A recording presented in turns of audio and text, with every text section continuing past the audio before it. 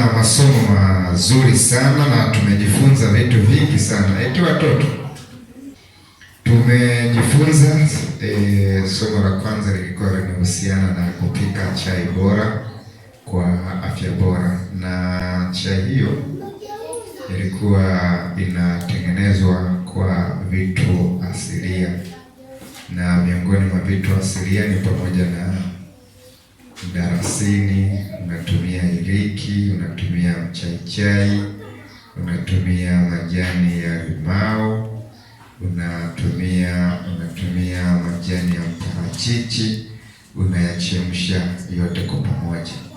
Lakini tukasema hatushauriwi kutumia sukari ambayo imetengenezwa dukani kwa sababu ni hatari kwa afya, na sukari tu ambayo inapatikana kwenye vyakula vya wanga inatosha kwenye mwili wako. Kwa hiyo tukasema ili uweze kuwa salama kutokutumia sukari ya dukani inayotengenezwa ile sijui hiyo unayonunua, tumia asali, ni salama kwa afya yako, kwa sababu sukari inazoofisha mwili taratibu kadri siku zinavyozidi kwenda. Unaweza usione matokeo yake haraka, ila unaweza ukajikuta muda wote tunaugua, kidogo tunaugua, kumbe ni kwa sababu ya vyakula ambavyo tunatumia. Kwa hiyo tumia tu mdalasini, iliki, karafuu, mchaichai, tumia majani ya limao, tumia majani ya mparachichi. Ni mazuri kwa ajili ya afya, lakini pia yanajenga mwili, lakini pia kwa mfano majani ya parachichi yanaweka hadi tumbo linakuwa sawa. Kwa hiyo tulijifunza hiyo siku ya Jumanne. Siku ya Jumatano tulijifunza namna nzuri ya kuandaa mboga za majani. Kwa kama unaandaa mboga ya majani yako vizuri, si mchicha, figiri na mboga zingine, unatakiwa uchukue vitu vyote uvichanganye kwa pamoja viweze kuiva. Kwa utakatakata mboga yako, utakata vitunguu, utakata hoho, utakata karoti, utaweka. Kama utatumia mafuta, weka kwa pamoja, changanya, alafu ndio uanze kuchemsha. Lakini sisi hatukutumia mafuta kwa sababu mara zote mafuta si salama, kwa sababu na ndio maana tunaendelea kutumia mbadala. Badala yake sisi tumekuwa tukitumia mafuta yanayotoka kwenye nafaka zenye mafuta kama almond, kalanga,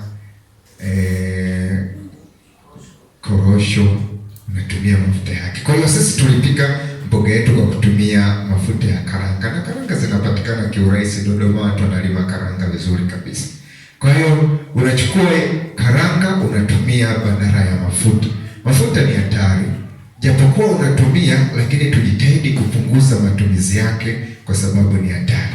Kwa hiyo na mboga majani pia inavyopikwa usichemshe mafuta. Unavyopika mboga yoyote, hata hiyo maharagwe unaweka mafuta, usianze kukaanga mafuta, yaweke pamoja yaweze kuiva na ile mboga yako. Punguza kutumia mafuta, jitahidi kutumia mafuta yanayopatikana kwenye nafaka moja kwa moja. Ile ukikamua yale mafuta ukayatumia yenyewe kama yenyewe, yana hatari kubwa sana. Lakini pia tulijifunza kupika pia mkate wa ngano ambayo haijakobolewa. Ngoja nikwambie kitu kimoja, unavyokoboa nafaka kuna vitu unaviondoa ndani ya nafaka, iwe mahindi, iwe ngano, kiwe kitu. Hizi nafaka ambazo sisi tunakoboa ili tutumie, tunasababisha ile sukari yake inakuwa inatembea haraka sana kwenye miili yetu. Kwa hiyo ni hatari kwa afya. Kwa hiyo mkate ni wa ngano ambayo haijakobolewa. Na ukitaka somo lake vizuri pia lipo YouTube kupitia Ushuhuda TV, utaona jinsi huu mkate unavyoandaliwa. Na mkate huu pia hautumii sukari, unatumia asali badala ya sukari ili kuweza kumaintain. Huu mkate ni mzuri sana na ni bora kwa ajili ya afya. Huu mkate unaweza kukaa muda mrefu bila kuharibika. Hivi unajua mkate tumetengeneza lini? Tumetengeneza juzi. Bwana Yesu asifiwe. Na unao uwezo wa kukaa muda mrefu. Tunaye mchungaji wetu Tukuombe sasa uonje mkate wetu, alafu tuambie ladha yetu, ladha mkate wetu. Huu mkate ni mtamu. Ni mtamu sana na ni mzuri. Ndio atakuondoka nao, lakini basi kwa sababu tu kidogo. Kweli ni mzuri. Mungu tuelekeze namna ya kuandaa. Natamani kila mmoja awe na mtaalamu wa kuandaa mkate huu. Ni mzuri sana. Asante. Lakini pia tumejifunza kutengeneza makande. Hata makande yakiwa ya mahindi, usitumie mahindi ya kukoboa. Jamani, Bwana Yesu asifiwe. Usitumie mahindi ya nini? Ya kukoboa. Yaani kitu chochote, nafaka yote inavyokobolewa inaanza kuwa hatari kwa afya yako, nafaka inavyokobolewa. Lakini sasa tujiandaa kande za mahindi, tumeandaa kande za ngano isiyokobolewa pamoja na maharage. Sasa hii kande hatujatumia mafuta pia, kwa hiyo imetengenezwa pia kwa kutumia nazi, lakini pia unaweza ukatumia karanga kuandaa kande. Lakini pia imewekwa viungo. Unachukua ngano yako vizuri.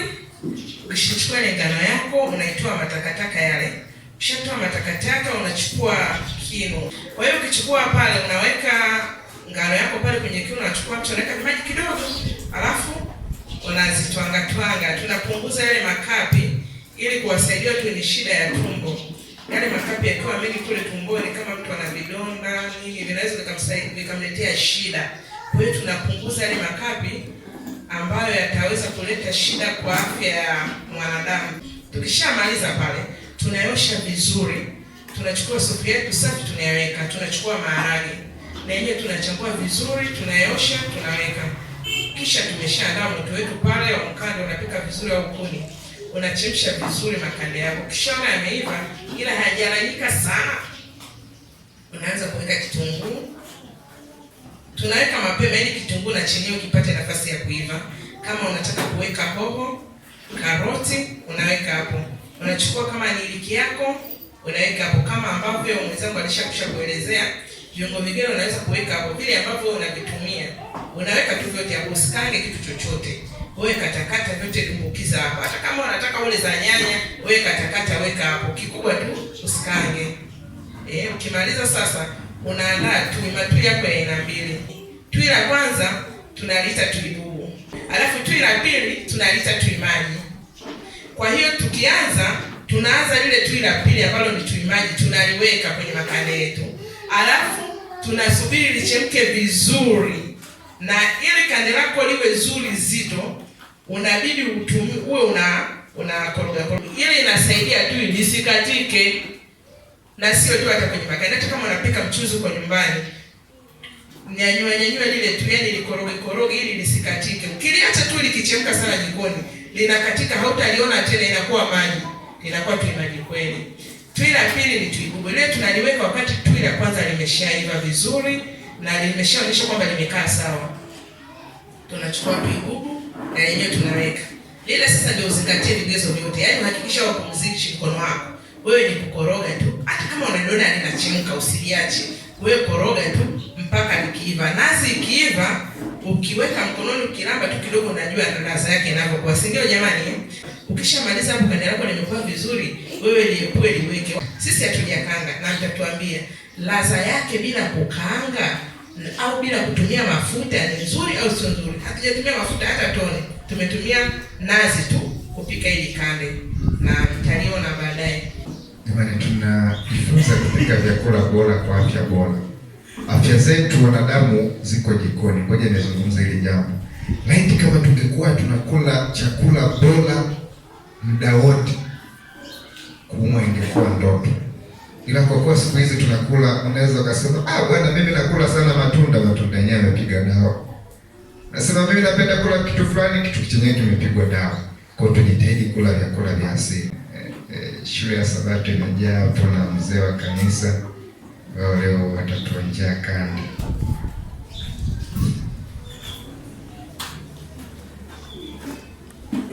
Ni kitamu, asikwambie mtu. Jaribu kupika, utaona. Chakula cha mwisho ambacho tumekiandaa ni ndizi na njegere. Kwa hiyo leo tunamwambia kwamba inawezekana kula ndizi bila nyama au bila samaki. Kwa hiyo tuliandaa njegere zetu, tulizichagua vizuri, tukahakikisha ziko sawa. Sasa sisi tulitumia ndizi ambazo zinaiva haraka sana.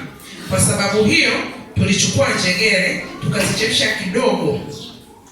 Tulipozichemsha kidogo, yani zilipobadilika rangi kidogo, tukachukua ndizi zetu tulizoziandaa tukadumbukiza pale kwenye njegere. Tukafunika vizuri, vikachemka. Tulivyoona kwamba vimechemka sasa, karibia vinaanza kulainika, tukachukua hoho yetu, karoti yetu, kitunguu chetu, tukakatakata hapo. Saga vizuri pale, tukaweka pale jikoni kwenye ndizi zetu. Tukasubiri ule mchanganyiko wetu ukachemka vizuri. Tulipomaliza kama kawaida yetu, tukachukua maji tukaweka. Lilipochemka vizuri, tulivyoona mambo yamekaa sawa, tukachukua tuibubu tukaweka. Kama kawaida yetu, stage ni zile zile, tunakoroga vizuri. Tulipomaliza tukaweka vizuri kwa ajili ya kutumia. Lakini hizi ndizi sio lazima uweke njegere tu. Unaweza kusema mimi sipendi njegere, mimi nitaweka maharage. Mimi sipendi njegere, mimi nitatumia njugu. Mimi nitatumia kunde. Unaweza kutumia nafaka yoyote, kunde, njugu, maharage, njegere kama hivi. Kwa hiyo ni namna ambavyo unapenda. Kwa hiyo ukitumia ndizi unaweza kuweka maharage, njugu, njegere, kunde, vyovyote utakavyopenda. Ila tu unaangalia kama ninapika maharage natakiwa niapike kwanza yaive, ndipo nije niweke ndizi. Na kama ninapika njegere nazitanguliza kwanza ndio nilete ndizi. Nategemea napika ndizi gani, alafu natumia kiungo gani. Kwa hiyo njugu, maharage huwa ni vitu ambavyo vinatumia muda mrefu kuiva. Lazima uvichemshe kwanza, uhakikishe vimeiva, alafu ndio ujeweke ndizi. Lakini vitu kama maharage ukitumia mabichi pia unachanganya tu vyote kwa pamoja. Mbarikiwe.